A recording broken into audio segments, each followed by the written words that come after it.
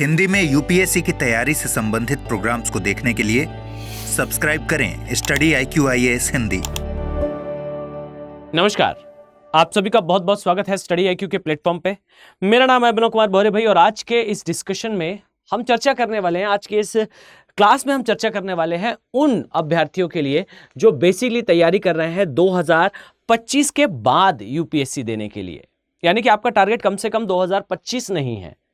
तब के केस में आपको कैसे तैयारी करनी चाहिए और क्या वो मिस्टेक्स हैं जिन्हें आप अवॉइड करें तो आपका रिजल्ट जो है वो ज्यादा बेहतर हो सकता है। और मेक श्योर कि अगर आपने अराउंड 20 मिनट्स 15 to 20 मिनट्स मतलब एग्जैक्टली अगर मैं कहूं तो ये वो मिनट्स होंगे जो शायद आपकी जर्नी को पूरी तरह से बदल कर रख दें।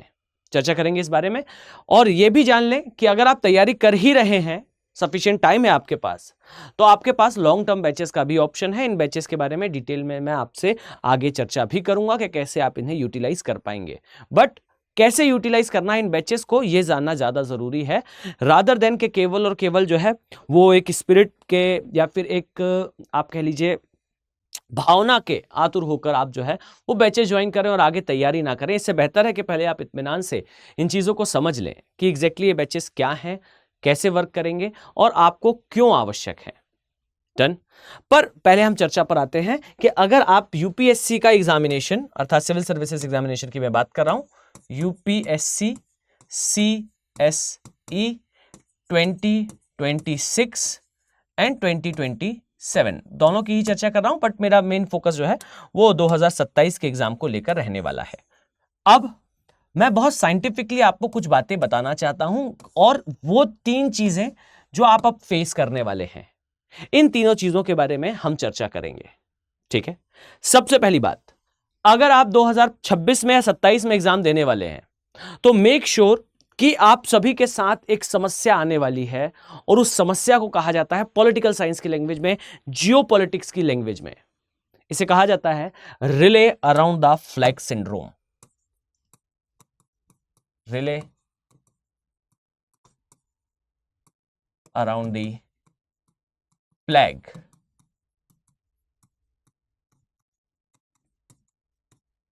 सिंड्रोम। ये एक समस्या है। और क्या है ये समस्या, आई थिंक आप लोग अभी समझ नहीं पा रहे होंगे। पहले तो आप इसे जान लें कि ये एक प्रॉब्लम है। इस प्रॉब्लम से कैसे निपटना है आप इसे भी आज की क्लास में आगे समझने वाले हैं। डन। सेकंड होगा मल्टीपल टाइम आप करेंगे चेंजेस। आप किस में चेंजेस करने वाले हैं हम अभी भी इस पर भी बात करेंगे। और थर्ड प्रॉब्लम बच्चों आपको होने वाली है लिमिट्स की, सीमाओं की। ये 3 प्रॉब्लम्स आप फेस करने वाले हैं अगर आप 2025 के बाद एग्जाम देने के बारे में विचार कर रहे हैं। अब कैसे आपकी प्रॉब्लम्स हैं ये और क्या इनका सॉल्यूशन है, आइए चर्चा करते हैं। सबसे पहली बात तो अगर आपने ये विचार करा है कि भाई हमें 27 में एग्जाम देना है, इसका एक स्पष्ट मतलब है, या 26 में एग्जाम देना है, इसका एक स्पष्ट मतलब है कि या तो आप कॉलेज में हैं बच्चे, और नहीं तो आप इतने समझदार हैं या आपके पास इतनी लिमिट है एज की कि भाई आप तैयारी करते हुए 2026 में अपना फर्स्ट अटेम्प्ट दें या 27 में आपका फर्स्ट अटेम्प्ट हो।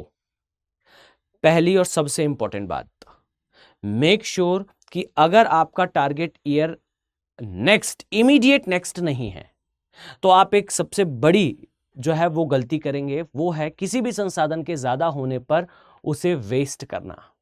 फाइन। आप एक बड़ी बीमारी का शिकार होने वाले हैं, वो है समय को बर्बाद करना। लेकिन आप तो मानकर चल रहे हैं कि आप एक सीरियस एस्पिरेंट हैं और आपने मन में डिसाइड कर रखा है कि भाई मेरा जो समय है वो मेरा सबसे बड़ा संसाधन है और इसीलिए मैं ये प्रण करता हूं कि भाई मैं जो है वो समय वेस्ट नहीं करने वाला। अब मेरे पास चूंकि सफिशिएंट समय है, मैं ऐसा प्रयास करूंगा भाई कि बेस्ट यूटिलाइजेशन करूं और अच्छे से तैयारी करते जाऊं। पर यहां वेट करिए, there is a twist in the story.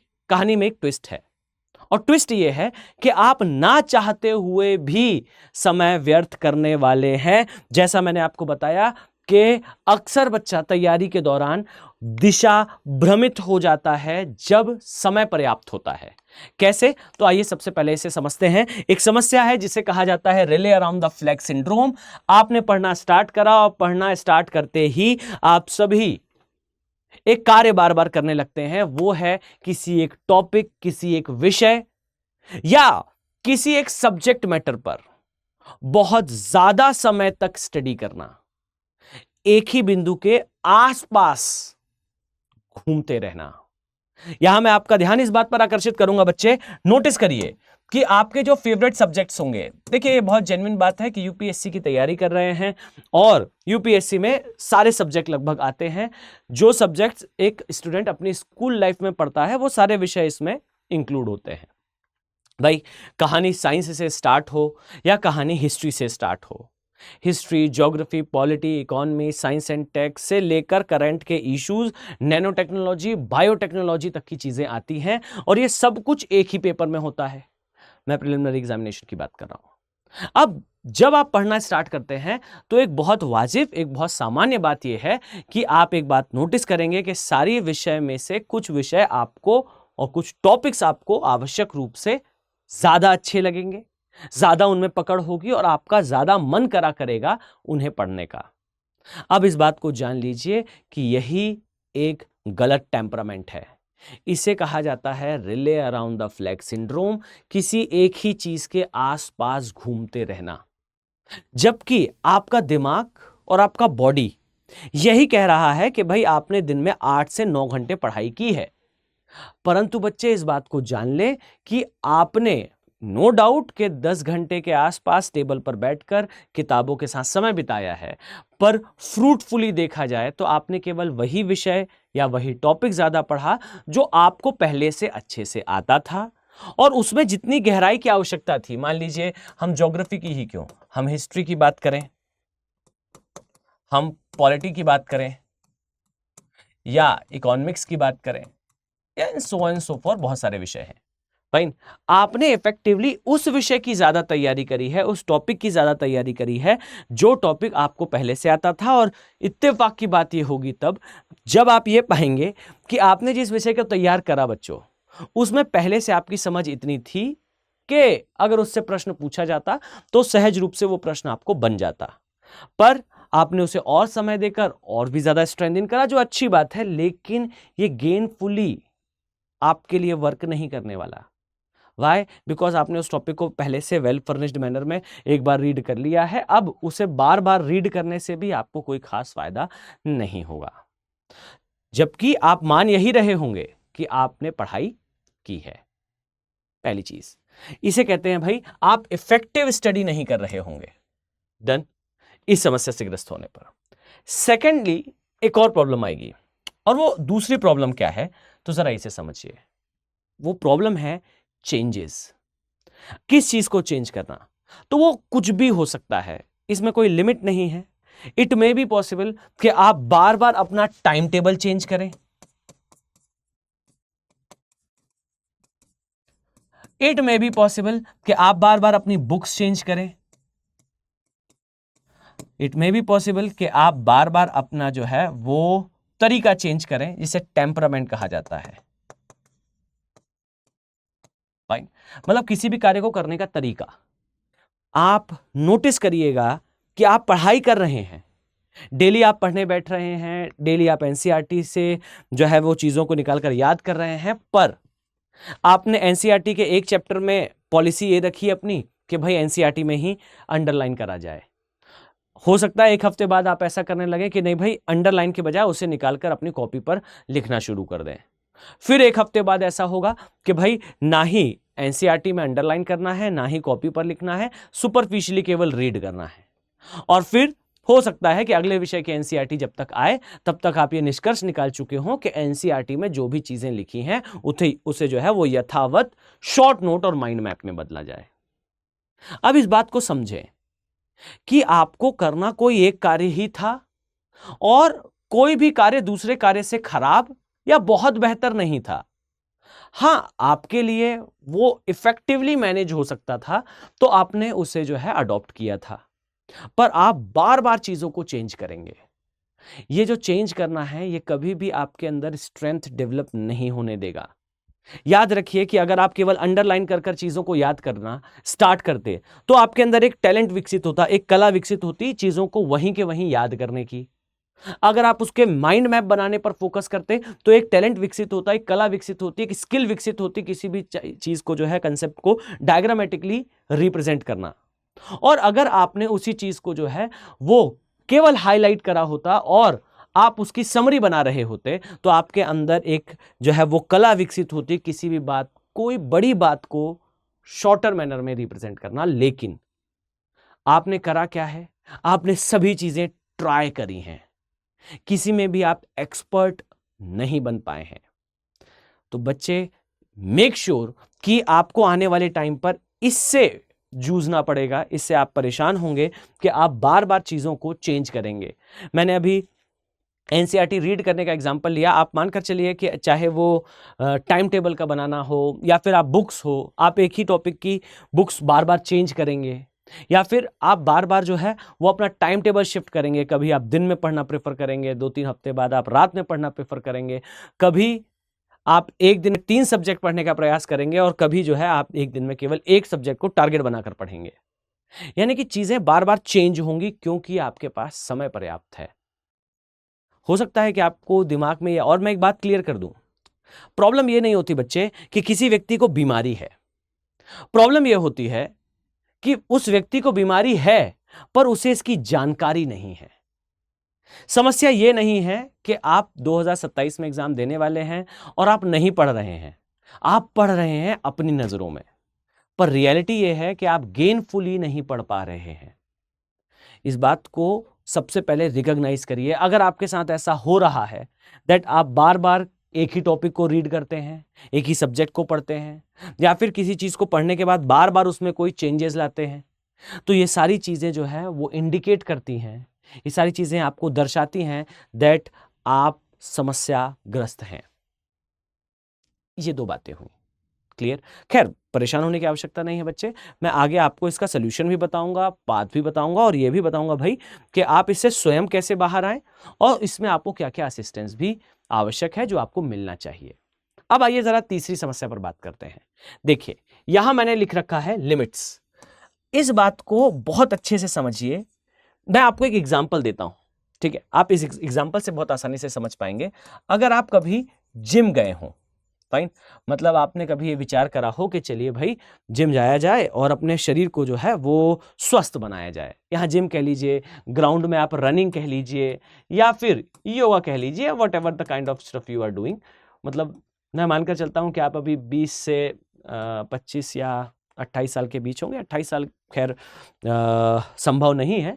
जिस आयु वर्ग से, मतलब जिस एज ग्रुप से मैं बात कर रहा हूँ वो रफली अराउंड 18 से 22 के बीच में होने वाला है। तो आप में अक्सर योगा उतना फेमस नहीं होता, बट फिर भी अगर मैं कहूं तो आप किसी ऐसी प्रकार की एक्सरसाइज जो मेंटल कम हो, फिजिकल ज्यादा हो, अगर आपने कभी उसे अपना उद्देश्य बनाया है और आप उसे परस्यू करते हैं तो आपने एक बात नोटिस करी होगी।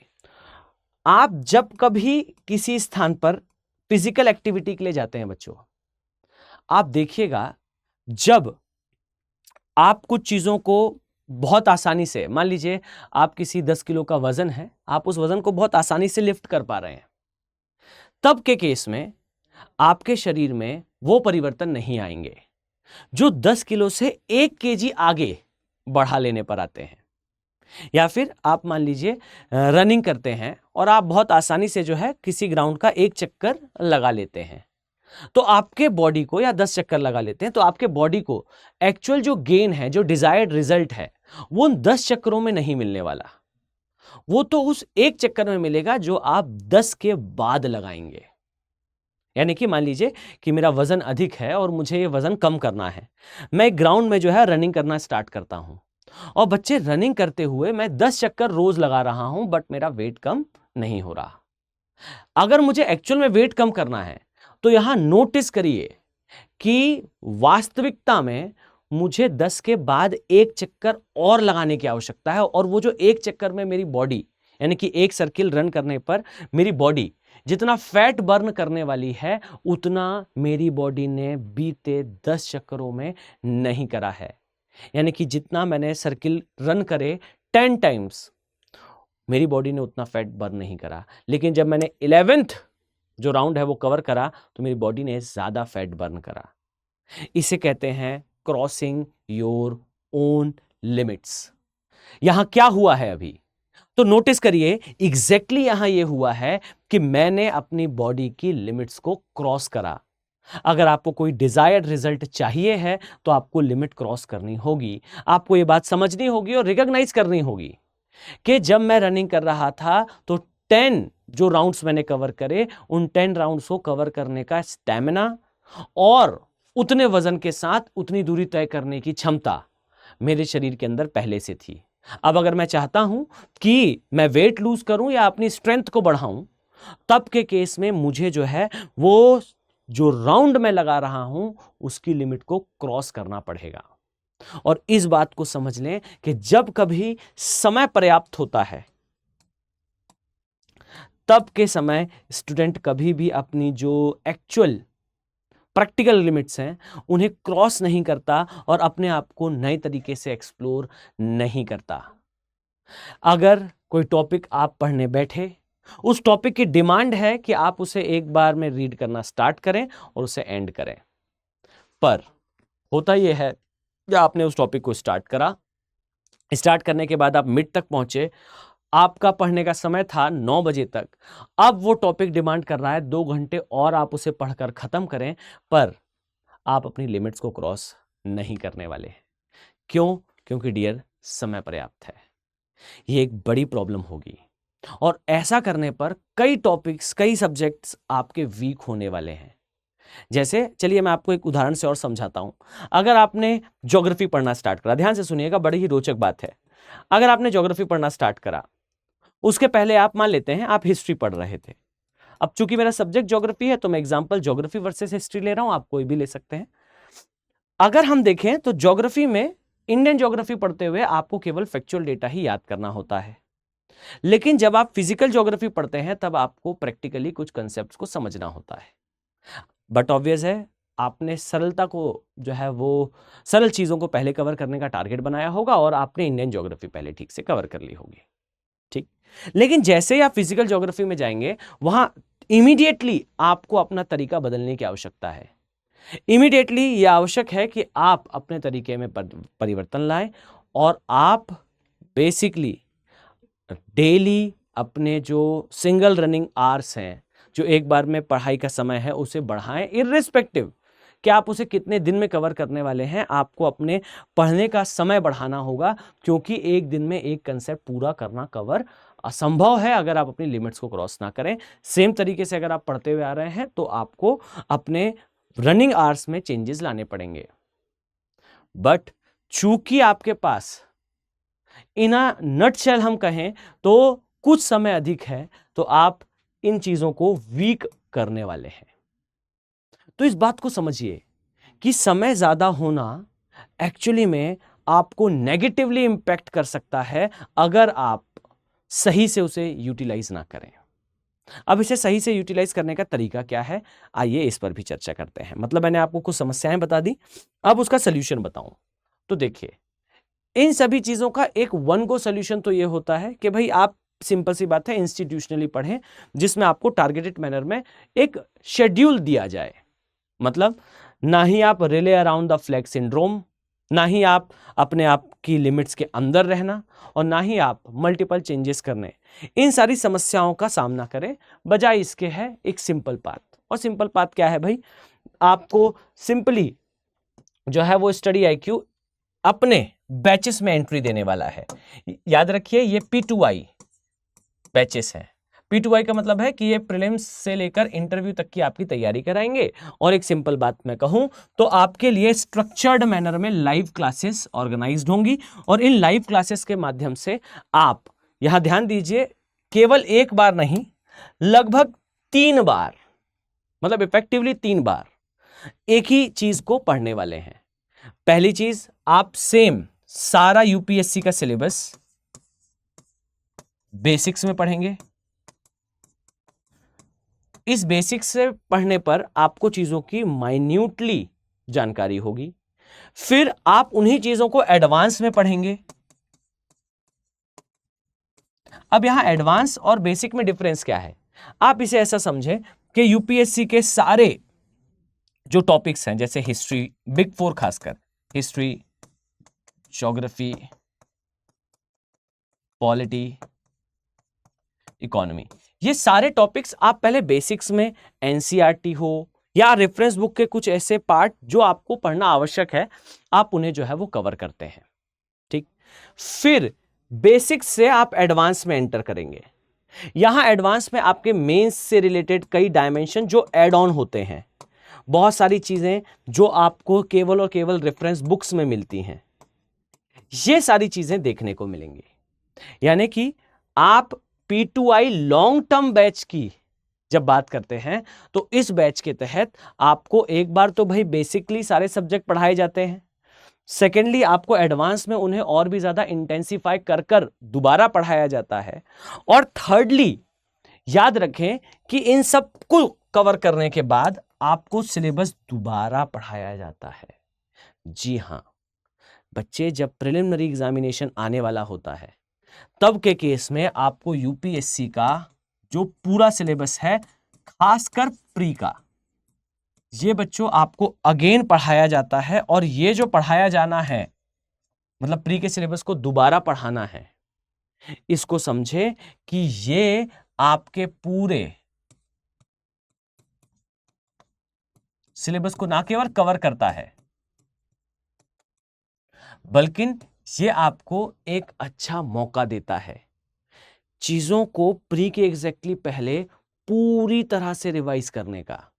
मतलब आप केवल सब्जेक्ट नहीं पढ़ रहे होते, आप उन्हें कंसेप्चुलाइज करके याद कर रहे होते हैं इस ड्यूरेशन में। क्योंकि एक सिंपल बात मैं आपसे कहूं तो भाई, कवर करा गया सिलेबस यहां पर जो बताया जा रहा है वो 2 बार आपको पढ़ाया जा चुका है, आप उसके नोट्स बना चुके हैं और आप उसे याद कर चुके हैं।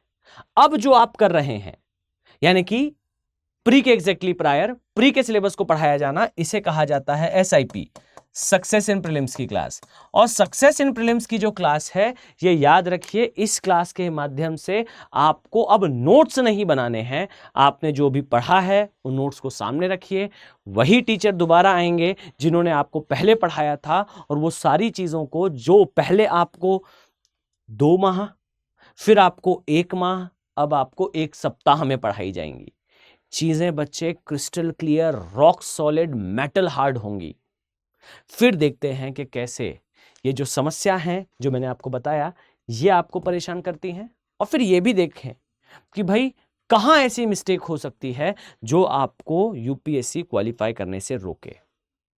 ये बात मैं स्पष्ट तौर पर कह सकता हूं कि अगर आपने इस तरीके से तैयारी करी तो आने वाले समय में आपको किसी भी प्रकार की कोई समस्या नहीं आने वाली है। अगर आप जो मैंने प्रॉब्लम्स बताई उन्हें फेस कर रहे हैं तो भाई एक सिंपल सी बात है, बैचेस आपके लिए ओपन है। मैं एक जानकारी और दे दूं भाई कि ये जो बैचेस हैं, इन बैचेस में क्लासेस जो है वो 11 नवंबर से स्टार्ट हो जाएंगी। अगर आप ज्वाइन करने के बारे में सोच रहे हैं तो प्राइस आपके सामने डिस्प्लेड है। और second thing is, make sure कि ये प्राइस कुछ ज्यादा है। अगर आप चाहते हैं कि इस प्राइस पर, मतलब इसका एक्चुअल प्राइस ज्यादा है, अगर आप चाहते हैं कि इस प्राइस पर ज्वाइन करें आप, तो आपको केवल इतना करना है कि इस कोड का यूज करें, that is AK live code. Okay, इस कोड का यूज करने पर आपको ये कहलाता है फैकल्टी कोड, और फैकल्टी कोड का यूज करने पर बच्चों आपको जो कोर्सेस हैं वो अपने मिनिमम प्राइस पर देखने को मिलते हैं। विदाउट वेस्टिंग एनी टाइम आप इन बैचेस का पार्ट बने और अपनी जर्नी को जो है और भी ज्यादा स्मूथ बनाएं। चलिए मिलते हैं नेक्स्ट वीडियो में। Have a very nice day, thank you. Hindi में यूपीएससी की तैयारी से संबंधित प्रोग्राम्स को देखने के लिए सब्सक्राइब करें स्टडी IQ IAS हिंदी।